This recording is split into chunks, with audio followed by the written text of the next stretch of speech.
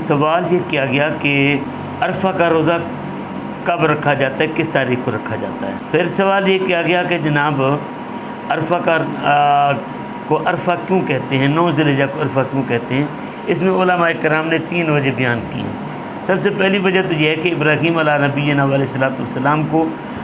8 ذی الحجہ کو خواب نظر آیا کہ وہ اپنے بیٹے کو ذبح کر رہے ہیں، تو ان کے اس خواب کہ اللہ تعالیٰ کی طرف سے ہونے یا نہ ہونے میں تردد ہوا۔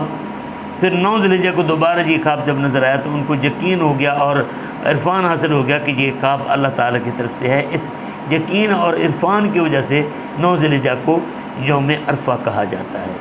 دوسرا قول یہ ہے کہ 9 ذی الحجہ کو جناب سیدنا ابراہیم علیہ نبینا علیہ الصلوۃ والسلام کو جناب سیدنا جبریل علیہ نبینا علیہ الصلوۃ والسلام نے مناسک حج سکھلائے۔ اب اس مناسک حج کی معرفت اور عرفان کی وجہ سے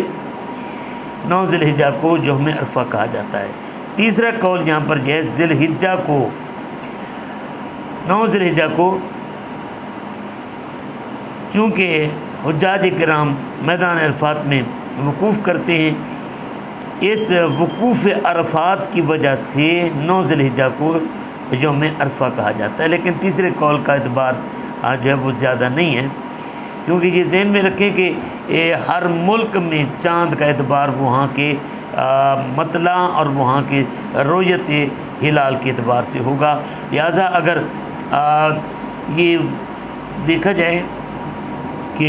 عرفہ کے روزے کی فضیلت تو ہر ایک کے لیے ہے اور ہر ملک کے لیے اور ہر علاقے کے مسلمانوں کے لیے ہے، لیکن وقوف عرفہ وہاں پر تو ہوتا ہے 9 ذی الحجہ کو، اور پاکستان میں یہ 8 ہوتی ہے، تو یہاں پر 8 ذی الحجہ کو وہ عرفہ کا روزہ نہیں ہوگا، بلکہ جب وہاں سعودی عرب میں اگر 10 ذی الحجہ ہے تو پاکستان میں 9 ذی الحجہ ہے، تو یہاں پر عرفے کی فضیلت 9 ذی الحجہ کو ہوگی، نہ کہ سعودی عرب کے اعتبار سے بلکہ پاکستان کے اعتبار سے ہوگی۔